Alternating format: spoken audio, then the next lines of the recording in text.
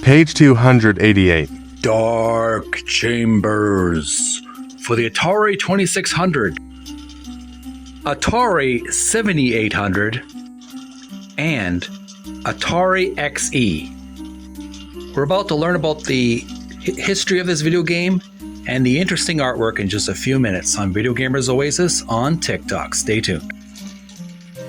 How's it going?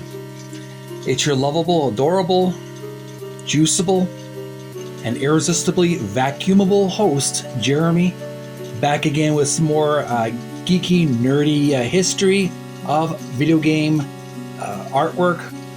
The book I'm reading is Art of Atari by Tim Lapetino. I've really been enjoying reading this so far. We've been learning about various artwork and games from this corporation. And previously we learned about Galaga, one of the best arcade and Atari sequels ever made. Now we're moving on to page 288. Dark Chambers. We're going to learn about the game itself first, and then we'll learn about some interesting artwork right here. Okay, here's a close-up of the thumbnail and the description here. Dark Chambers. While this game looks like a clone of the classic arcade dungeon crawler Gauntlet, its origin is not that simple. Gauntlet itself was actually a clone of an Atari computer game called Dandy, brackets, later Dandy Dungeon, by programmer John Pilovich, created initially as his MIT bachelor's thesis.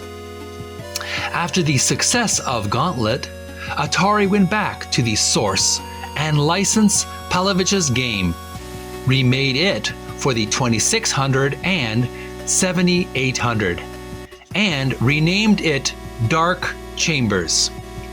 While the move to consoles reduces the number of players from 4 to 2, the game is still one of the more sophisticated multi-level titles by Atari. And just a quick close look at the thumbnail again. It's a black screen with some purple walls on the bottom of the screen. I don't know if that's a power bar, a red power bar in the bottom left corner, but on the bottom right corner we see in red the score is 100. I think that's a white skeleton in the top left corner, and in the bottom right corner we see the hero, one of the heroes dressed in red and pink. I think the hero has a sword scabbard, a sword buckler and belt around his shoulder, and there's an orange and red treasure chest in the bottom left corner of that room that he's in. You can see definitely the Gauntlet influences. It's very similar to Gauntlet, and you can see later on, much later, Blizzard did a game called, some may know what I'm talking about, Diablo, the first Diablo 1. You can see a lot of inspiration from actually not just Diablo, but countless, many other dungeon crawler adventure games have been modeled after early games like this one.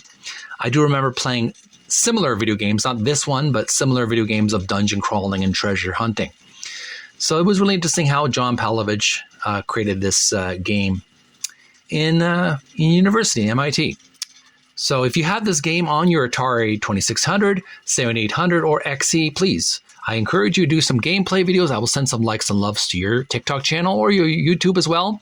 I do enjoy these retro games. I love these revisiting these really simple but fun games. Now on to the artwork. Here's a cropped close-up of the illustration on page 288. The description reads, cover art for Dark Chambers, brackets, Atari 2600, Atari 7800, and Atari XE. And here we have these two, there's like two partners in Partners in Crime because they're dressed as knights. They're both wearing chainmail armor, and they both have swords. One has a dagger. The one in gold and orange and red has a dagger with red gloves, and he's about to throw a dagger at one of these monsters. There's a ghost, a orc with a spiked club, And there's what appears to be the Grim Reaper, and he's pointing at the back of the Green Knight with the silver armor, and he's ready to pull out a sword and ready to draw it on this vampiric, demonic-looking wizard with a Saturn planet, a moon, stars on his robes. He's a demonic wizard's trying to cast a spell on him, and that Green Knight is not having it. He's about to strike him down until he's nothing but dust. And there's also a skeleton reaching out from piles of gold and treasure in the bottom left corner, jeweled crowns, necklaces, cups or pitchers made of solid gold. There's other treasures, a treasure chest behind the gold knight with the red cape, a lot of sapphires and rubies and all kinds of jewels, purple, blue, red, all kinds of beautiful jewels.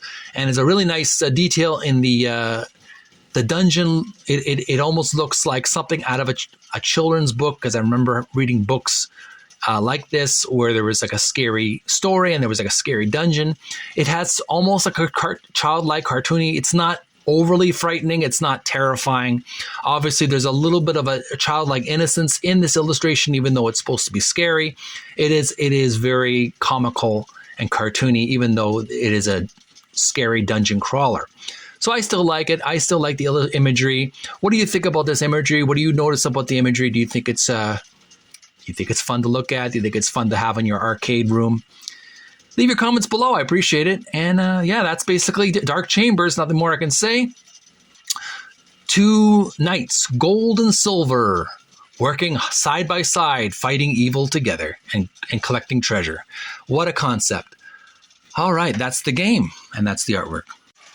And I'm your lovable, adorable, juiceable, and vacuumable host, Jeremy, wishing you a happy week.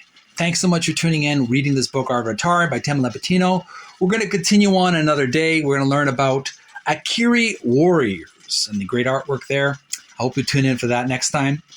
Till that time, stay healthy, stay motivated, courageous, bold, brave, physically fit, and may you find peace within. Bye for now.